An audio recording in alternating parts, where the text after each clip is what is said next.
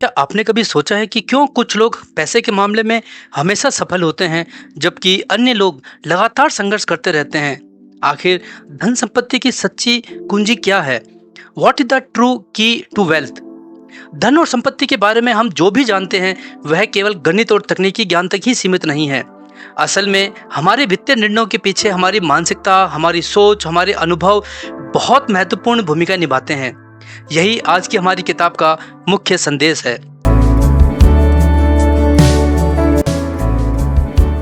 आज हम Morgan Housel की famous and best selling book धन संपत्ति का मनोविज्ञान या द साइकोलॉजी ऑफ मनी के बारे में बात करने जा रहे हैं, जो 2020 में प्रकाशित हुई। धन संपत्ति का मनोविज्ञान द साइकोलॉजी ऑफ मनी पुस्तक में लेखक मॉर्गन हाउसल ने पैसे के बारे में हमारे विचारों, भावनाओं और व्यवहारों को समझाया है।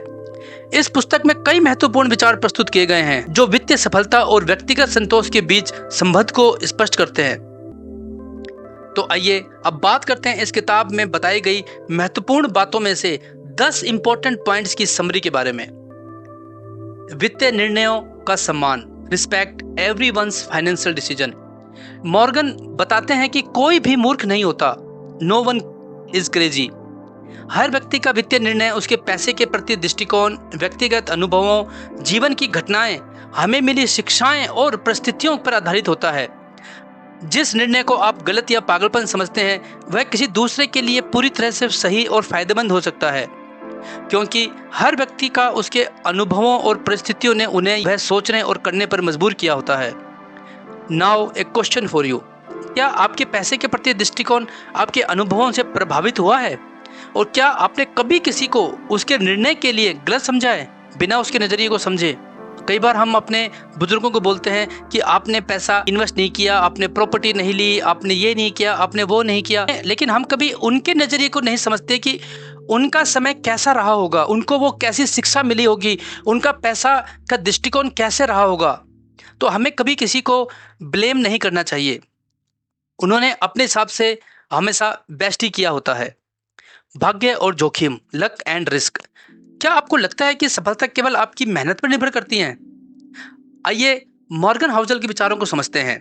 मॉर्गन हाउसल वित्तीय निर्णयों की सफलता में भाग्य और जोखिम दोनों का योगदान मानते हैं। वे कहते हैं कि भाग्य और रिस्क दोनों भाई भाई हैं, दोनों ही अनिश्चित हैं और अक्सर वो परिणाम उत्पन्न कर देते हैं जिसकी हमें उम्मीद भी नहीं होती। कहते हैं कि हमें सफलता पर गर्व होना चाहिए, लेकिन यह समझना भी आवश्यक है कि इसमें आपके भाग्य का भी योगदान हो सकता है, क्योंकि हो सकता है कि आपने जो वित्तीय मामलों में जो भी रिस्क लिया हो या जहां आपने इन्वेस्ट किया हो वो भाग्य से आपको उसमें सफलता मिल गई हो। इसलिए जब भी आप किसी सफलता या असफलता का मूल्यांकन करें तो ध्यान दें कि उसमें कितना योगदान भाग्य का था और कितना जोखिम का था। अगेन मैं आपसे एक और प्रश्न पूछता हूँ, क्या आपने कभी सोचा है कि आपकी सफलता में कितनी भूमिका आपकी मेहनत की है, कितनी योगदान आपके भाग्य का है और कितना आपने रिस्क लिया और क्या वो रिस्क सही साबित हुआ? आप अपना अनुभव मुझे कमेंट्स बॉक्स में भी शेयर कर सकते हैं। कभी भी पर्याप्त नहीं होता, नेवर इनफ। क्या दौलत कभी पर्याप्त हो सकती है? कितनी दौलत होने पर व्यक्ति को लगेगा कि अब उसके पास पर्याप्त है या अब उसको कमाने की जरूरत नहीं है, या कभी नहीं। मॉर्गन हाउसल बताते हैं कि इंसान की लालच और तुलना करने की आदत उसे कभी संतुष्ट नहीं होने देती और आपको कभी ना कभी यह स्वीकार करना पड़ता है कि आपके पास पर्याप्त है। जब तक आप इस बात को स्वीकार नहीं करते कि आपके पास पर्याप्त है, तब तक आपको कभी भी सच्ची संतुष्टि नहीं मिलेगी। धन से ज्यादा मानसिक शांति और संतोष होना जरूरी है। कई बार हम और ज्यादा धन कमाने के लिए अलग अलग तरीके अपनाते हैं, चाहे वो सही हो, गलत हो, या ऐसा रिस्क लेते हैं जिसकी शायद जरूरत नहीं होती और फिर हम पैसा खो देते हैं।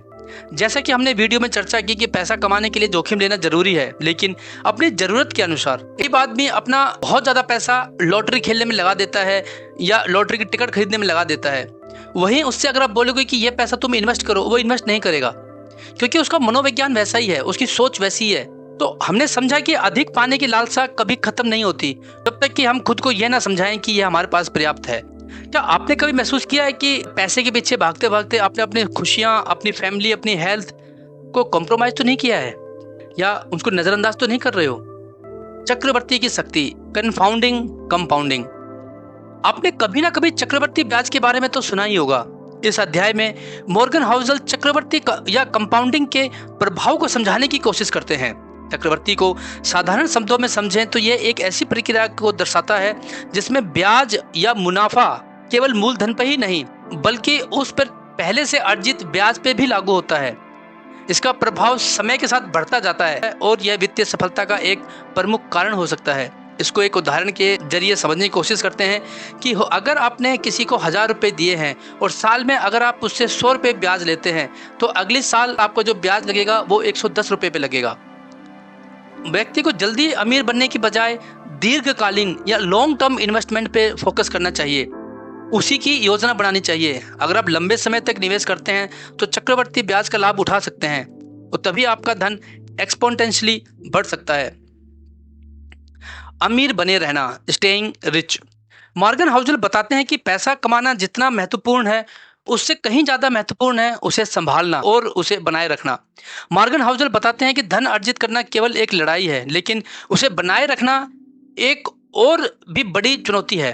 उन्होंने बताया कि वित्तीय सफलता का एक बड़ा हिस्सा इस बात पर भी निर्भर करता है कि आप अपने धन को कैसे सुरक्षित और स्थिर बनाए रखते हैं। इस अध्याय में लेखक बताते हैं कि कैसे बहुत से लोग जिन्होंने बड़ी संपत्ति अर्जित की उसे जल्द ही खो दिया क्योंकि वे पर्याप्त रूप से सतर्क नहीं थे या वो उस पैसे का सही इस्तेमाल नहीं कर पाए। हाउसल का कहना है कि सही मानसिकता, धैर्य और संयम से ही आप अपने धन को लंबे समय तक बनाए रख सकते हैं। छोटी छोटी गलतियां और भावनात्मक फैसले बड़े नुकसान का कारण बन सकते हैं। क्या आप अपने वित्तीय सुरक्षा के लिए पर्याप्त रूप से सावधान और जागरूक हैं? सुधार की उम्मीद और उनके खतरे, टेल्स यू विन। क्या आप जानते हैं कि छोटे छोटे सुधार जो समय के साथ किए जाते हैं वे बड़े परिणाम ला सकते हैं, लेकिन क्या ये हमेशा सुरक्षित होते हैं? मॉर्गन हाउसल बताते हैं कि सुधार की उम्मीद हमारे वित्तीय निर्णयों का एक महत्वपूर्ण हिस्सा होती है। छोटे छोटे निर्णय और सुधार यदि लगातार किए जाएं तो वे बड़े परिणाम दे सकते हैं, लेकिन ये सुधार हमेशा लाभदायक नहीं होते, इनमें जोखिम भी छिपा होता है। लेखक उदाहरण के रूप में बताते हैं कि कैसे छोटे निवेश सही समय पर किए गए समय के साथ बड़े हो जाते हैं, लेकिन अगर सुधार गलत दिशा में किए जाएं तो वे भारी नुकसान का कारण भी बन सकते हैं। इसलिए छोटे छोटे सुधार समय के साथ साथ बड़े परिणाम देते हैं, लेकिन इसके साथ ही उनसे जुड़े जोखिमों को भी नज़रअंदाज नहीं करना चाहिए। आपने अपने वित्तीय भविष्य को इम्प्रूव करने के लिए क्या कदम उठाए हैं? क्या वे सही दिशा में हैं?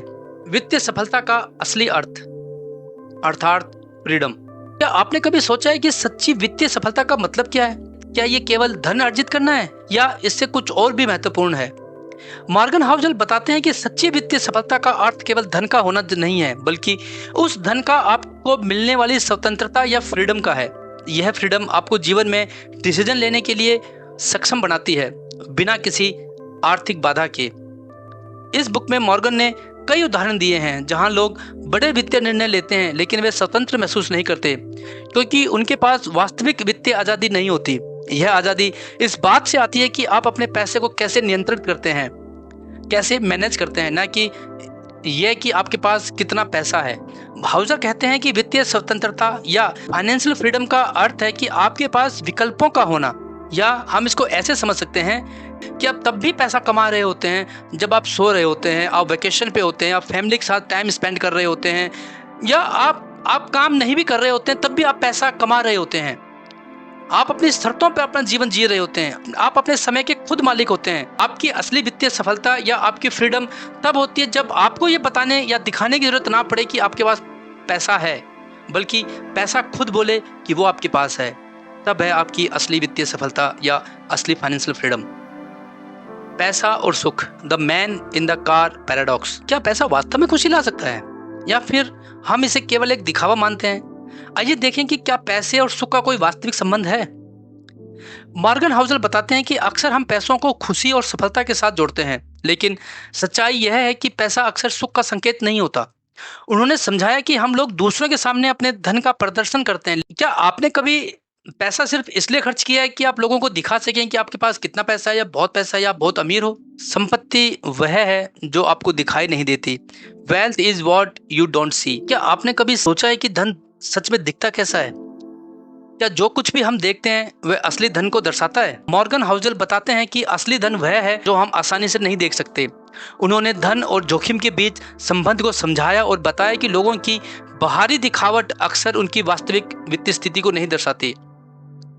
ज़्यादातर टाइम हम लोग अमीर होने से ज़्यादा अमीर दिखाने पर जोर देते हैं और यही सबसे बड़ा कारण है गरीब बने रहने का। हाउजल ने बताया कि कई बार हम महंगी कारें और बड़ा घर देखकर आमतौर पर लोगों की वित्तीय स्थिति का अंदाज़ा लगाते हैं, लेकिन महंगी कारें और बड़े घर आमतौर पर लोगों की वित्तीय स्थिति को नहीं दर्शाते, क्योंकि आपको सिर्फ वो कार दिख रहे हैं, लेकिन उस पर कितना लोन या कर्ज है वो आप नहीं देखते, वो किसी को नहीं दिखता। जो लोग सच में धनवान बनना चाहते हैं या धनवान होते हैं, वो कभी अपनी सेविंग, इन्वेस्टमेंट या प्लान कभी एक्सपोज नहीं करते। इसलिए असली धन वह है जो आमतौर पर दिखाई नहीं देता। बाहरी दिखावे से अक्सर वास्तविक स्थिति का पता चलना मुश्किल है, पता लगाना मुश्किल है। इसलिए आप किसी की चमक धमक या लग्जरी लाइफ को शो ऑफ देख के कभी भी ये मत समझिए कि वह फाइनेंशियल स्ट्रांग होगा। सफलता की राह, बचत करें। The secret to wealth, save money.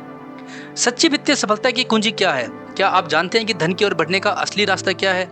Morgan Housel बताते हैं कि सच्ची वित्तीय सफलता के लिए सबसे महत्वपूर्ण तत्व है समय, धैर्य और अनुशासन। धन की ओर बढ़ने के लिए केवल तेजी से कमाना ही नहीं, बल्कि नियमित निवेश, सही निर्णय और लंबी अवधि के लिए धैर्य भी आवश्यक है। हाउजल ने बताया कि लंबे समय तक एक नियमित निवेश जैसे कि स्टॉक या रिटायरमेंट अकाउंट में समय के साथ बड़ी धनराशि को बदल सकता है। हमें अपनी सैलरी में से छोटे छोटे इन्वेस्टमेंट, छोटी छोटी बचत करनी चाहिए।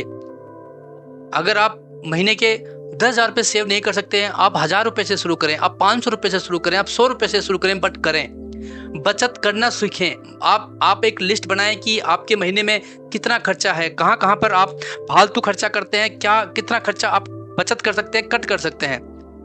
बस ज़रूरत है आपको सही प्लानिंग की, निर्णय की, सही बचत करने की और सही इन्वेस्टमेंट साइकोलॉजी की। बात करते हैं इस अध्याय के मुख्य संदेश के बारे में। इस अध्याय का मुख्य संदेश यही है कि असली धन की राह समय, धैर्य और अनुशासन से होती है। सफलता के लिए आपको निरंतर और अनुशासित प्रयास करने होंगे और तात्विक परिणामों की उम्मीद नहीं करनी चाहिए, अर्थात रातों रात कोई अमीर नहीं बन सकता। तो दोस्तों, यह था धन संपत्ति का मनोविज्ञान या psychology of money books main points की समरी। अगर आपको यह वीडियो पसंद आया हो तो कृपया लाइक और सब्सक्राइब करें। अपने विचार और पुस्तक में सीखे गए टेक्निक्स को कमेंट्स में साझा करें। अगले वीडियो में हम और भी रोचक विषयों पर चर्चा करेंगे, इसलिए जुड़े रहें। आपसे निवेदन है, कृपया मेरे चैनल को लाइक करें, शेयर करें, सब्सक्राइब करना ना भूलें और दोस्तों के साथ ज़रूर शेयर करें। सो मिलते हैं ऐसी एक और वीडियो के साथ। तब तक पढ़ते रहें और बढ़ते रहें। धन्यवाद।